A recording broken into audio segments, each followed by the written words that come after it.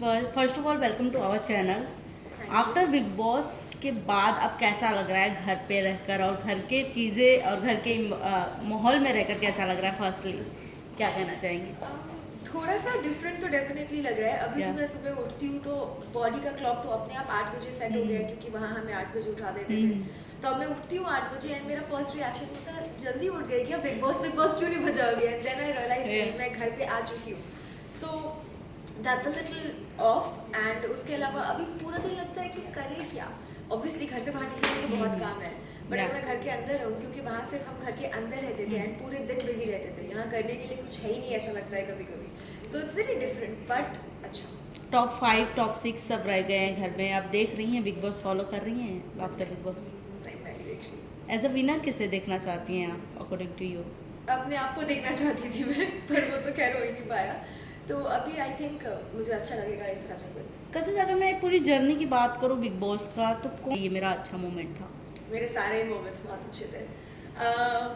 I think मेरी entry ही काफ़ी अच्छी थी जो Right. मेरा स्टेज पर हुआ था। That was dynamic. Right.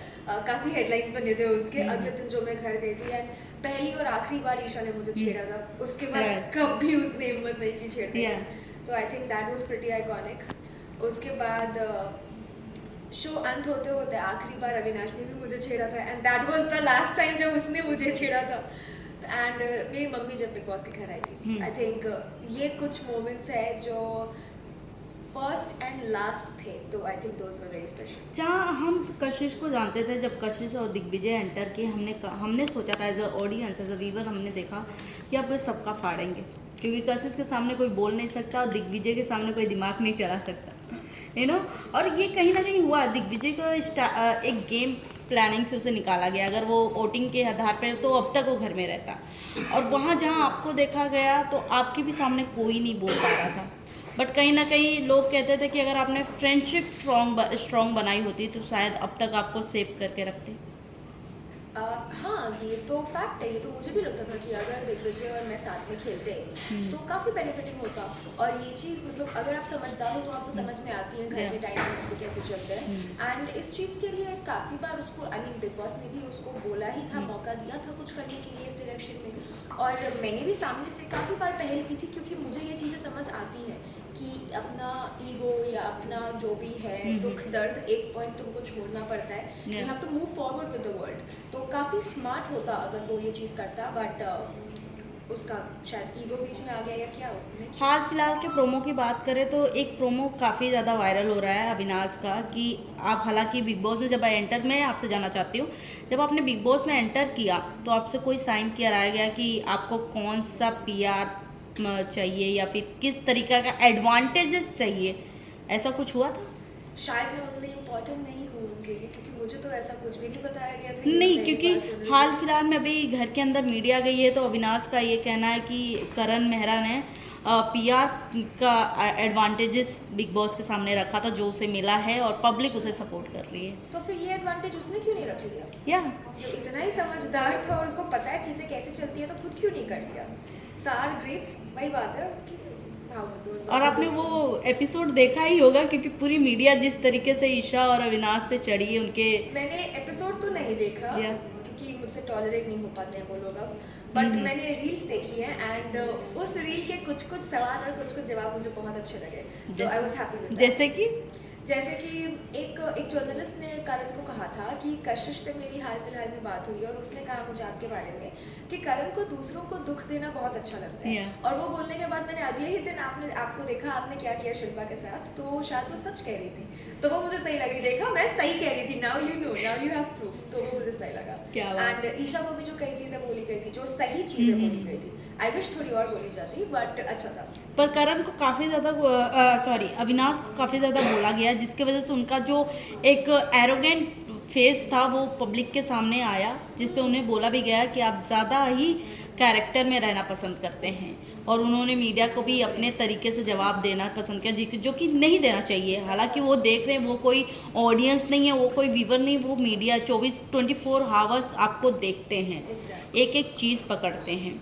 तो अगर मैं आपसे पूछूं, आप रजत को सपोर्ट कर रही हैं, तो रजत के ऊपर भी काफ़ी ऐसे पॉइंट उठे हैं कि रजत का जो बाहर इतने सारे एलिगेशन लगे हुए हैं, अगर वो विनर बनते हैं तो क्या जस्टिस होगा?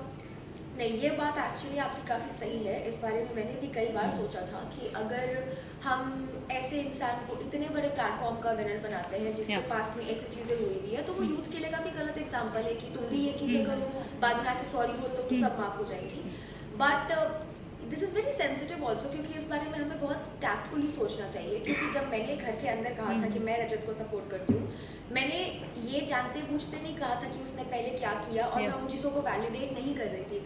मैंने सुना उसने क्या किया, लेकिन वो जजमेंट देने के लिए बाहर एक जज बैठे हुए हैं जिनका वो काम है। मेरा जजमेंट देना, क्योंकि किसी की लाइफ और डेथ की बात होती है, तो वो मेरे लिए सही नहीं है। मैंने बोला घर के अंदर के हिसाब से उसको जीतना चाहिए, क्योंकि घर के अंदर उसका व्यवहार एटलीस्ट मेरे तरफ काफ़ी अच्छा था। बाहर आकर के मुझे पता लग रही है और भी चीज़ें कि ऐसा भी है अगर हम करते हैं, जो कि पब्लिक का कहना है कि अगर उसको जुटाएंगे तो गलत एग्जाम्पल है। तो उसमें मेरा बस इतना कहना है कि अगर जो चीज़ें उसके बारे में कही जा रही है वो सच है, तो उस पर जज एक जजमेंट देंगे और हमें उस जजमेंट को मानना चाहिए।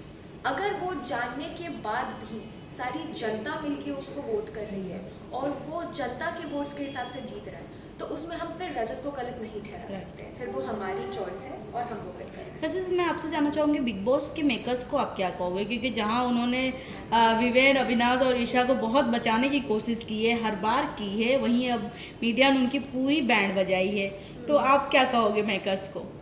I think makers very smart. उनको पता था कि ईशा की, अविनाश की मीडिया बजाएगी और लोगों को पसंद आएगा, तो उन्होंने तब तक उनको बचा के रखा। So I think this is a very smart move. अब काम हो गया है तो शायद वो निकल जाए। टॉप 3 तो डेफिनेटली नहीं जाने वाले हैं, तो great job makers, good move. Top 3 भी किसे देखती हैं आप? ये ऑब्वियस नहीं है, या 2 तो हमें पता ही है, माँ बेटे, सॉरी माँ तो बाहर हो चुकी है, माँ का काम खत्म हो गया। बड़ा बेटा छोटा बेटा नॉनसेंस करंट में भी चलेगा, और तीसरा जो इकलौता होगा जिसको जनता के वोट से आगे बढ़ाया जाएगा, रजत। क्या बात है। लास्टली क्या कुछ कहना चाहेंगे अपने ऑडियंस को? और एक और सवाल मैं ऐड करना भूल गई, आई थिंक अभी रोडीज चल रहे हैं, तो उसमें हर्ष और रुशाली के वीडियो क्लिप वायरल हो रहे हैं उनके लव एंगल को लेकर, जहां वो नेहा को चूज़ करती हैं as a mentor, but Neha उन्हें एक्सेप्ट नहीं करती हैं क्योंकि वो अपने लव एंगल में काफ़ी ज़्यादा अपने को लॉस्ट कर चुकी हैं। तो आप उनके साथ रहिए, आपकी बॉन्डिंग उनसे अच्छी है, हर्ष और रुशाली से, तो क्या कुछ कहना चाहेंगे आप? I have no idea। मैं रोडीज बिल्कुल फॉलो नहीं कर रही हूँ अभी तो। ये रील भी मैंने एक क्लिप देखी थी, बट प्रॉपर मैंने फॉलो नहीं किया, तो अगवाड़ा और आगे और पीछे मुझे पता नहीं है इसका, तो I have no idea. But I don't think कि एक पॉइंट पे ना आप अपने रिलेशनशिप में कंफर्टेबल हो जाते हो, एंड क्योंकि वो लोग सीरियस है, they planning to get married and everything, तो इट्स नाइस कि अगर आप अपने रिलेशनशिप में कंफर्टेबल होते हो और एक पैटर्न में घुस जाते हो। ज़रूरी नहीं है कि आप रोज़ कोई तीर मारते रहो या कुछ बड़ा करते रहो, क्योंकि लाइफ है, हर दिन हर कोई अपनी लाइफ में शाहरुख खान और प्रियंका चोपड़ा नहीं होता है।